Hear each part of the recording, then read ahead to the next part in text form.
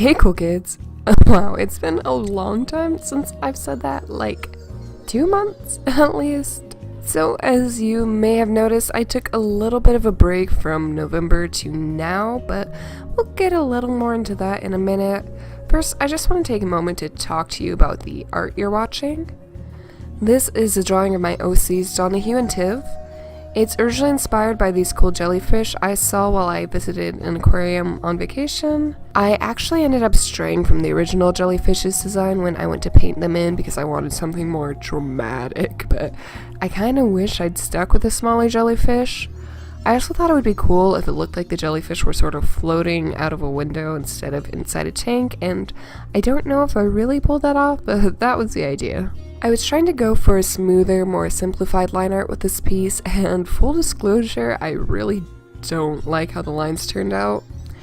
I started the line art for this back in early November, right after I got back from vacation, and I don't know if all y'all get this too, but whenever I take more than like a week off of digital art, it just takes me forever to get back into the groove of things. It's like my brain just completely forgets how to make what's happening in my head happen on the tablet and then translate into something sensical on the screen.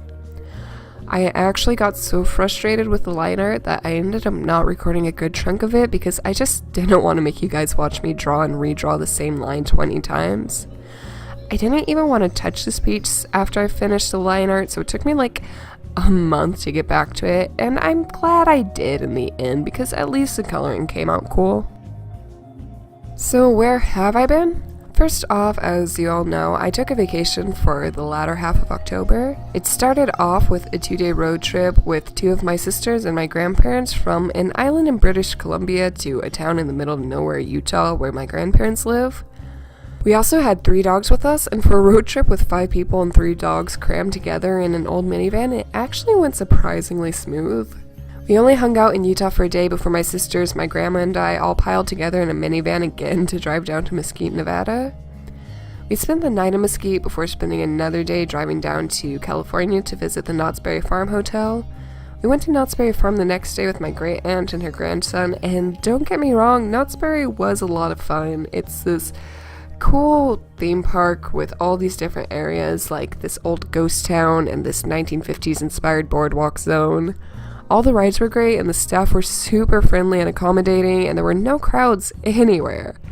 Why were there no crowds, you may be asking? Like, beyond the fact that we were there on a weekday in the middle of October? It's because the day we went, it was 110 degrees Fahrenheit outside. Like, even my aunt, who was born and raised in California, was dying. My sisters and I, we're all acclimated to northwestern weather, so we literally all got heat exhaustion, and that was fun. And on top of that, despite being built in, California, Knott's Berry really does not have a lot in the way of colder attractions. But it was fine, we survived, we all had fun, and then the next day we got to get in the car again to fare LA traffic so we could make it to Universal. And Universal was a lot of fun. It was still really hot out that day, like in the hundreds, but unlike Knott's, Universal had a lot more places to cool off. Mostly gift shops. Like, there were a lot of gift shops in Universal. I'm pretty sure there were more gift shops than there were rides, but whatever. The only place that didn't have air conditioning was the line for the Minions ride. And we originally lined up for that ride because my grandma loves Minions like all grandmas do, and the wait time said 10 minutes, which sounded reasonable and was also a complete and total lie. I think we were stuck in the line for at least a half an hour in this hot, warehouse building in this line with a bunch of people before I reached this point of no, not worth it. I'm not the kind of person who's overly picky on how I die. When I go, I guess, but I do not want to be the person whose obituary reads, died from heat exhaustion waiting in line for the goddamn Minion ride. So I just left and the rest of my family followed me, and we had a great time visiting all the parts of Universal that weren't the Minion ride. After that, we went to the motel my grandma had booked for the night. Now, originally my grandma had planned to book us a nice little Motel 8 right by Universal, but somewhere along the lines that got messed up, and she ended up booking us the sketchiest Motel 8. Like, in retrospect, it probably only seemed sketchy because it was in downtown LA and everything in LA is sketchy. And it was probably just fine, but like, first of all, the elevator barely worked, and when it did, it took 10 minutes to get to your floor. Hey, you may be saying, why not just take the stairs? And we did end up having to take the stairs a couple times because the elevator just wouldn't come, and those were the squeakiest stairs I've been on. Like, they made this horror movie soundtrack type squeak, which was something I was actually kind of okay with, because being murdered in a sketchy Motel 8 in downtown LA is a lot cooler than tying a heat stroke in the Minion ride. But we also read reviews that said there were cockroaches in the stairwell, and that wasn't as cool. The beds were like rock hard, but outside of that, everything ended up being fine. Like, the entire building did smell like weed, but so do most of the places where I live, so I can't really docket points for that. The next morning, we loaded up the van to drive back to Mesquite, and then after spending the night there, we went back to Utah for the rest of my vacation, and that was fun. We went to my aunt's Halloween party and the aforementioned aquarium where I got to meet a lot of fish and also got attacked by some birds. We also visited some hot springs, and on actual Halloween, my sister and my last day there, we did this cute little trunk-or-treating thing where we like trick-or-treated out of people's trunks in some park. It was a lot cooler than I make it sound. After that, my little sister and I flew home, and it was sad to go, but I really did miss sleeping in my own bed. And I know that's not really a good explanation of why I've been gone for so long, because I did actually have the forethought to pre-record and schedule uploads for all the weeks I was gone. My plan was that when I got back from vacation, I would record my Inktober Sketchbook Tour, because that would be a super easy video to do and really fitting because Inktober had just finished, except I couldn't, because I didn't finish Inktober. I got about halfway through before I realized I just didn't have time to work on it anymore, between trying to prep for my vacation and making videos and actually going on said vacation. I did post up to day 10 on my Twitter though, and to be honest, I spent more time coming up with captions for some of those pictures than I did drawing them. I guess I could have just recorded one of the many other sketchbooks I had piling up, but I kind of just needed a break the week after my vacation, and then, if you follow my Tumblr, you probably know that I got sucked into NaNoWriMo. For those who don't know, NaNoWriMo is short for National Novel Writing Month.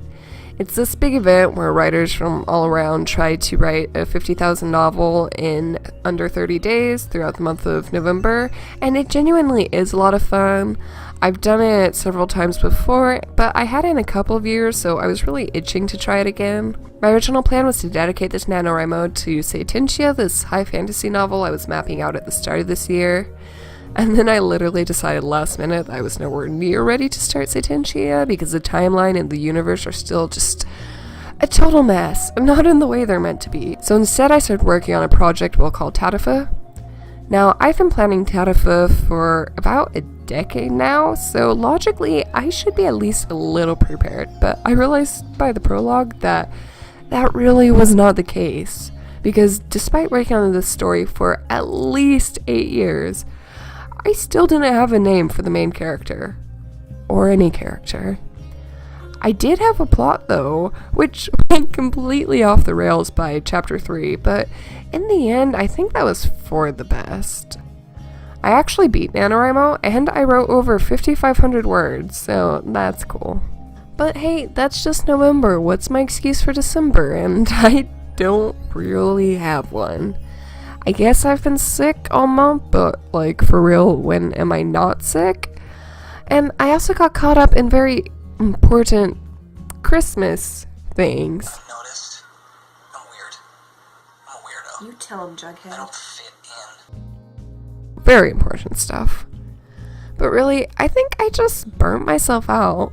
I really needed a break from creating things, which I guess isn't to say I've completely stopped.